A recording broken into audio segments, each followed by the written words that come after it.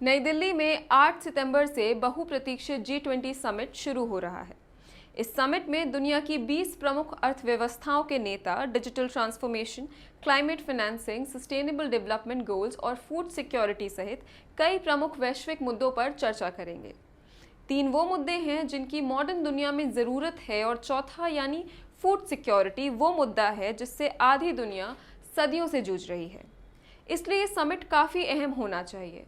लेकिन जहां एक तरफ G20 में शामिल ज़्यादातर देशों के प्रमुख नेता समिट में शामिल होंगे, वहीं दुनिया की सबसे ज़्यादा आबादी वाले देशों में से दो, चीन के राष्ट्रपति शी जिनपिंग और रूस के राष्ट्रपति व्लादिमीर पुतिन इस बार G20 समिट का हिस्सा नहीं बनेंगे। नमस्कार, मैं हूं कशिश सिंह और आप देख रहे हैं मॉलिटिक्स पर G20 का ये विशेष वीडियो। 2008 के बाद से ऐसा पहली बार होगा कि चीन के राष्ट्रपति समिट में शामिल नहीं हो रहे हैं। इसके लिए कोई विशेष कारण अभी तक सामने नहीं आया है। हालांकि रूसी राष्ट्रपति पुतिन के समिट में ना शामिल होने की वजह इंटरनेशनल क्रिमिनल कोर्ट के द्वारा गिरफ्तारी वारंट जारी होना है। अंतर्राष्ट्रीय क्रिमिनल कोर्ट ने पुतिन पर यूक्रेन में युद्ध अपराधों के आरोपों में गिरफ्तारी वारंट जारी किया है। यही कारण था पुतिन पिछले साल भी समूह के शिखर सम्मेलन के लिए इंडोनेशिया नहीं गए थे। वो हाल ही में दक्षिण अफ्रीका में संपन्न हुए ब्रिक्स समिट में भी शामिल नहीं हुए थे। उन्होंने इसकी जगह वीडियो लिंक के माध्यम से इस बैठक में भाग लिया था। उधर चीन के राष्ट्रपति शी जिनपिंग की जगह स्टेट काउंसिल के प्रीमियर ली क़ियांग नई दिल्ली आएंगे और इस समिट में अपने देश को रिप्रेजेंट करेंगे।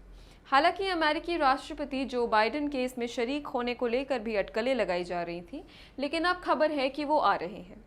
G20 समिट को लगातार भारतीय कूटनीति और आर्थिक संबंधों के नजरिए से अहम बताकर प्रचारित किया गया है। लेकिन भारत जिन 3 देशों से हाल के समय में अहम व्यापार करता रहा है, उनमें से 2 देशों के राष्ट्रीय अध्यक्ष इस समिट में शामिल नहीं हो रहे हैं। पिछले 2 सालों में लगातार भारत ने रूस से तेल का निर्यात बढ़ाया है और चीन, केंद्र सरकार और भारतीय जनता पार्टी की तमाम बयानबाजियों के बीच भी वो देश बना हुआ है जिससे भारत सबसे ज़्यादा व्यापार करता है। देखा जाए तो चीन, USA और रूस तीनों ही देशों के साथ भारत मुख्य रूप से व्यापार में शामिल है। आइए जान लेते हैं कि भारत का चीन, रूस और अमेरिका के साथ ट्रेड कितना होता है। 2022 में भारत और चाइना के बीच 145.98 बिलियन यूरोस डॉलर का व्यापार हुआ, जबकि 2022-23 में भारत और USA के बीच 128 बिलियन US डॉलर्स का ट्रेड हुआ। वहीं 2022-23 के आंकड़ों के मुताबिक भारत और रूस के बीच 44.4 बिलियन डॉलर का ट्रेड हुआ। इन आंकड़ों के बीच बताएं कि न केवल इसी बीच चीन के साथ भारत का सीमा विवाद, नक्शे को लेकर विवाद और बयानबाजियां चल ही रही थी, बल्कि रूस के साथ भारत ने दुनिया के तमाम देशों को अपने खिलाफ करके तेल का आयात किया। इन आंकड़ों से साफ है कि बताए गए आंकड़ों के मुताबिक भारत और चीन के बीच सबसे ज्यादा व्यापार हो रहा है और ऐसे में बिना कोई स्पष्ट कारण दिए चीनी राष्ट्रपति का नई दिल्ली में G20 समिट में शामिल ना होना सवाल भी है और चिंता का कारण भी होना चाहिए। इसके पीछे की चीनी डिप्लोमेसी को समझने की भी कोशिश की जानी चाहिए।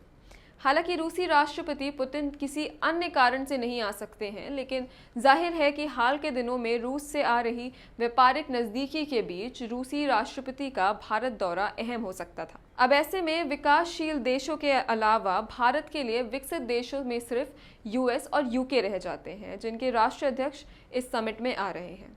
देखते हैं कि कूटनीति में क्या चीन और रूस के नई दिल्ली में हुए बिना G20 शिखर सम्मेलन भारत के लिए किसी ठोस उपलब्धि का कारण बन सकता है, क्योंकि सिर्फ भव्य आयोजन करना ही किसी ऐसे आयोजन की उपलब्धि नहीं हो सकती है। आप देख रहे थे मॉलिटिक्स। अगर ये वीडियो आपको ज़रूरी लगा हो तो इसे शेयर करें, हमारे चैनल को सब्सक्राइब करें। नमस्कार।